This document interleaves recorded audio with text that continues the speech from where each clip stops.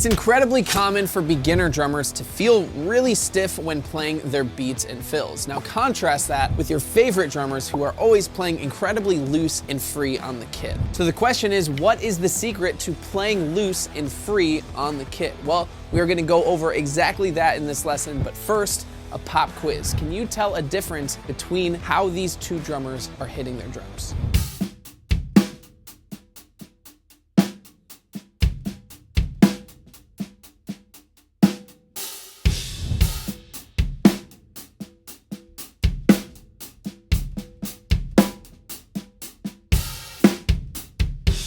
The difference between these two is their technique, and this can make all the difference in the world. One drummer was playing with very poor technique, and one drummer was playing with good technique. Can you guess which one was which? Well, the one with poor technique was the one who looked very stiff on the kit, and the drums just didn't sound as good. But the one with good technique looked very loose and free on the kit and was able to get a better sound out of their drums. So let's dive into this a little bit more. When I was younger, I was playing drums for a drummer who I really admired. So as you can imagine, I was incredibly nervous, a little bit sweaty, and really wanted to impress him. But within a few seconds of me playing, he pointed out something about my technique that changed my life forever. He let me know that my pinky was sticking out.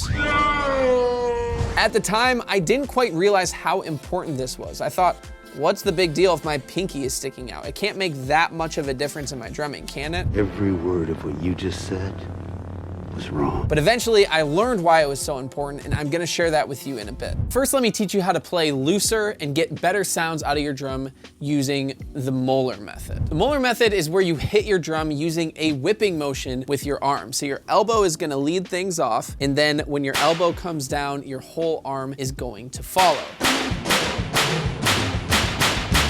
This technique uses all the gears of your arm, meaning your shoulder, your elbow, your wrist, and your fingers. Now, if you are anything like I was, you might be wondering, what the heck is the point of hitting the drum in this way? It feels weird, it looks weird, but there are some key benefits. Number one, it allows you to get multiple notes with one simple movement. So after you come down with that first hit, you can simply tap your drum as your elbow starts to come up, or the next hit. So you can get 2 hits, 3 hits, or 4 hits with one simple movement, as opposed to having to move your arm up and down 4 times to get 4 notes. The second benefit is it naturally helps you develop your accents. Now, what the heck is an accent? An accent is simply a note that you hit harder than your other notes. And when you have a big whipping motion, you are just naturally going to get a loud note, and it's gonna be very loose. Normally, if you try to hit a loud note, you might bring your arm up like this and it's gonna be very tense. But with the Moeller method, you get a loud note without having to hit your drum that hard at all. Finally, most importantly, it's a technique that forces you to stay loose. You really can only do a whipping motion if you are staying loose. So now let me teach you an exercise to develop your Moeller method. You're gonna start off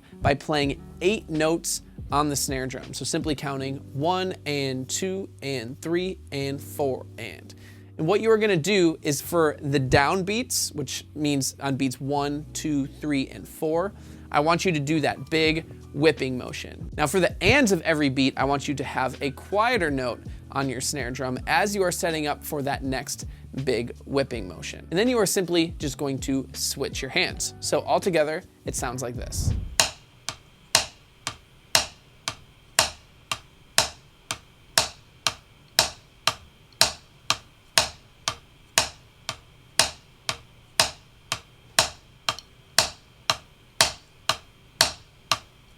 Now there's actually a lot more we can dive into with Moeller technique and some other secret techniques that I go over in my brand new course, No Drum Kit, No Problem, and my Drum Technique Made Simple course found on my online drum school, DBO Academy. And the best part is you can get access to both of those courses and the entire academy totally for free by clicking right up here. Remember my dreaded pinky debacle? Now, what was so wrong with that? Well, in drumming, you have multiple gears in your arm, and it's important to use all of them. Your fingers are especially important if you want to play fast, because the faster you play, the smaller those movements get. So if your pinkies are sticking out, it's a clear sign of tension in your hands, plus you're robbing yourself of some extra gears to move the sticks quickly. So now let me show you some grips and some exercises to help you develop your fingers a little bit more. So what you're gonna do to work on your finger dribbling is first focus on your grip. So if you normally play match grip, which is with your palm facing down like this,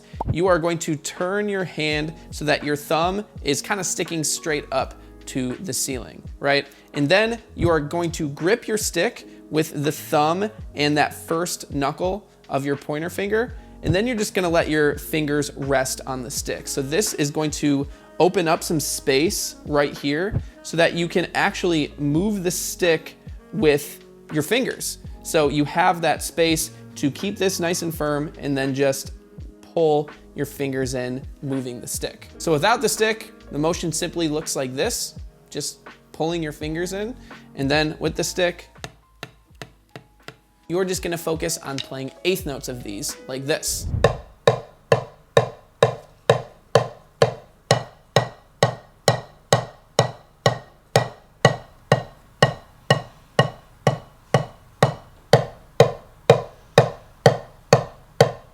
Now, if you've never tried this before, your sticks are going to go flying, and that is okay. It's really uncomfortable and it's not natural, but that is why we are working on it. Trust me, the more you work on it, the more natural it will feel. Now let's move from our hands to our feet. How can we get things to feel more comfortable down there? Well, a big part of it is muscle development. You want to get a nice, strong note out of your kick drum, and a big part of that is being able to hit your beater with some force. But first, let's talk about the simple movement that we want to execute with our leg. First, you want to sit nice and comfortably with the ball of your foot on your pedal, then lift your knee and your heel so that your whole leg comes up, but you still want your foot touching the pedal board. My foot is always touching the pedal board, even if it's just the tips of my toes. Then simply let the weight of your leg come down and push the beater into the head. You can add maybe 10% of force, but the weight of your leg is gonna do a lot of the work for you, and it's going to keep things nice and loose down there. So now let's see it in motion.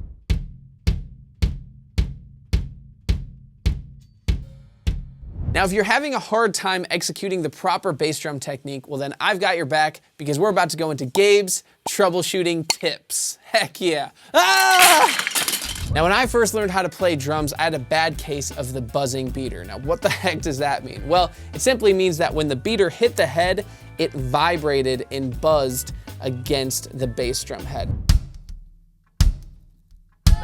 Now this sounds really weird because you don't get a direct sound out of your kick drum, and sometimes you get like 3 notes when you really only want 1. So one way to avoid this is to put a lot of pressure on the ball of your foot so that when the beater goes into the head, it stays there. This is called burying the beater. Option number 2 is when the ball of your foot comes down, you can actually drop your heel as well, and it will allow you to have a more open sound out of your kick drum in the process. Both of these techniques can be good. Burying the beater can give you a more direct sound, and letting the beater breathe off of the head can give the kick drum a more open sound. So I would recommend working on both. Now that you've got the movement down, let's get the muscles down. And by muscles down, I mean, let's work on those muscles. So here's what we are going to do. I want you to play eighth notes with your heel up on the kick drum. So just 1 and 2 and 3 and 4 and. Then bring your heel down and play eighth notes again. So now your heel is going to be secured firmly on the back of the pedal board, and you are going to be tapping those notes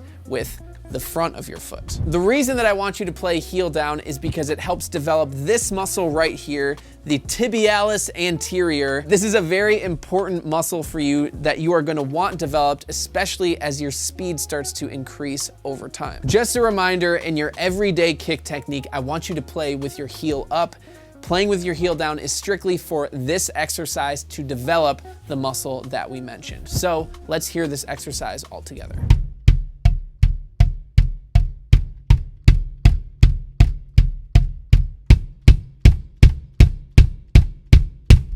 Now, the problem with technique is it can be incredibly specific. You might think that you're working on a technique correctly, but you might actually be solidifying bad habits. So what's the best way to fix this? Well, I think expert feedback is really the best way to fix it, and a lot of people do this through one-on-one lessons. But the problem is, when you're with a teacher, you don't have a lot of time with them, plus it's expensive, and you might not actually like the direction that the teacher is guiding you in. So a better solution is at DBO Academy, you can submit student review videos where I review them personally on our live lessons. And this is completely free for members. Now, time is running out to join DBO Academy and get access to these incredible bonuses. So click the link right below this lesson to join DBO Academy and get access to these amazing bonuses.